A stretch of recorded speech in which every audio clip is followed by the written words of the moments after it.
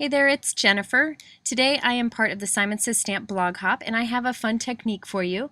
I call it stencil stamping. Now I didn't actually use a stencil for this card, but I created my own stencil from a large die. So here is the card that I've created, and I think showing you how the technique is done is much easier than actually explaining it. It's very easy to do.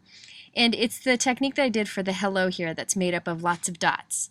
So I'm using a new product for Simon Says Stamp. It's the hello die. It's this giant hello. I just love it. I've wanted a die like this for some time now. And it fills a card pretty well. So it's great for lots of different designs.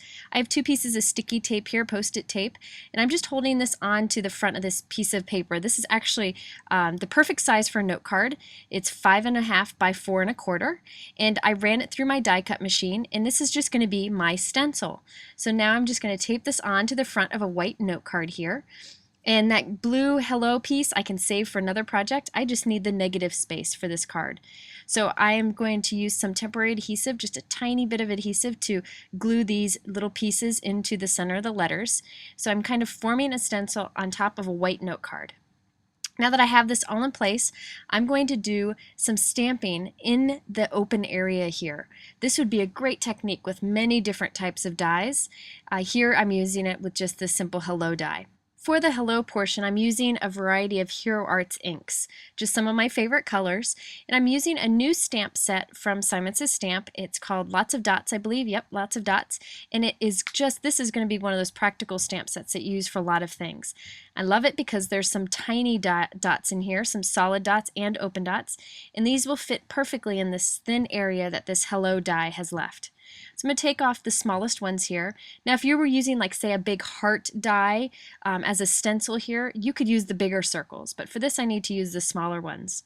So I'm starting out with this soft cantaloupe ink. It's kind of a nice soft peach ink, and I'm going to start all the way on the edge here and use the dots to fill in the open area. So I'm going to use a variety of sizes here of the little dots, and also I'm going to use the solid and the open circles. So I'm just going to kind of switch them around. You'll see here that I actually end up mounting them all onto two blocks so that I don't have to keep mounting them and unmounting them. I can just keep adding dots as I go. Now this may seem like it takes a lot of time, but it really only took me like 10 minutes to do this, which for me is like record short time for creating a card. Once you get going, it kind of flies through pretty quickly. You can see here I've got them all mounted, all the little dots mounted onto acrylic blocks, and I just keep flipping and rotating them around. Now, as you see here, I decided to do like 5 different colors, but I was afraid that I would do too much of one color. So I'm stopping what I'm doing, and I'm kind of dividing this area up, and so that in between these lines I'll do only one color. So I've got 5 areas I'm going to divide this up into, and this is just a guide. If you are good at just kind of eyeballing it, that's great, but I was afraid I would get carried away and stamp too much of one color and then run out of being able to use all the colors I have here. So after I did the first area with the soft cantaloupe, I'm switching to another color here. This is the orange soda shadow ink. And I'm going to go through and fill this up. Now you can see this is kind of the letter H has split into different parts here. So you can see I'm quickly doing all 3 parts as I go with one dot. So this ends up coming together quite quickly. Now you can imagine if you had a large open area of a stencil or of a die cut, you could fill it with a bunch of dots and just keep filling it in until it's completely covered. And I'm going to show that again on a future video. But for this one, since you have a thin area, you kind of got to go along as you're going here. Or you can do a mix of colors of dots throughout the whole thing and just fill it up however you want.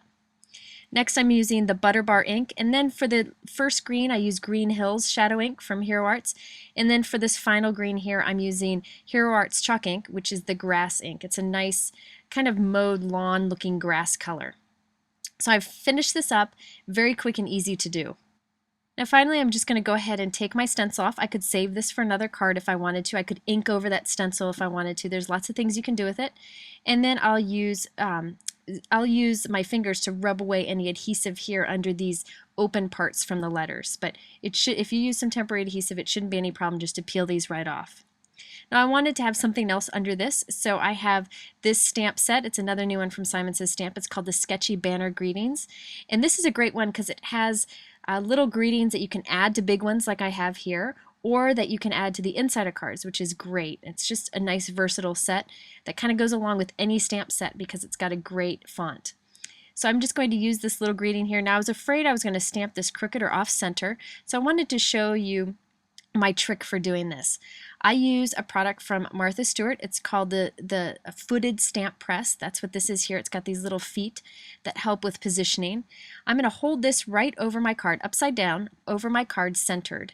So I want to make sure that this is centered on here. I use those grid lines as help. Now I'm going to take my stamp and I'm going to lay it down at what would be center. So I'm counting those grid lines in to make sure that it's centered from left to right. And I'm also using the horizontal grid lines to make sure that it is lined up horizontally so that I'm sure that it's straight and that it's centered. Now I'll lift this up. I'm going to use a new Hero Arts shadow ink. This is the silver ink. This is a pigment ink. It's a nice, really good silver. So you want to be careful not to touch it right away. Just give it some time to dry. Now I'm going to take my stamp positioner, put it over my card the correct way, and I'm going to line it up using all those grids as my guide, and then press down and release, and then I can be sure that my greeting is centered and that it's straight. Very easy to do. Now after I finished this card, I decided that I wanted a pop of green in the background, so I actually cut it apart and stuck it onto a green note card. Very easy to do. I could see using the stencil stamping technique in many ways. You can get more out of your stencils, more out of your die cuts, and you can also use different tiny stamps that you may have, like little hearts or little flowers. There's a lot you can do with this. If you have any questions, please head over to jennifermcguireinc.com, and if you're interested in the supplies, you can find them below on the description on YouTube. Thanks for watching. We'll see you next time.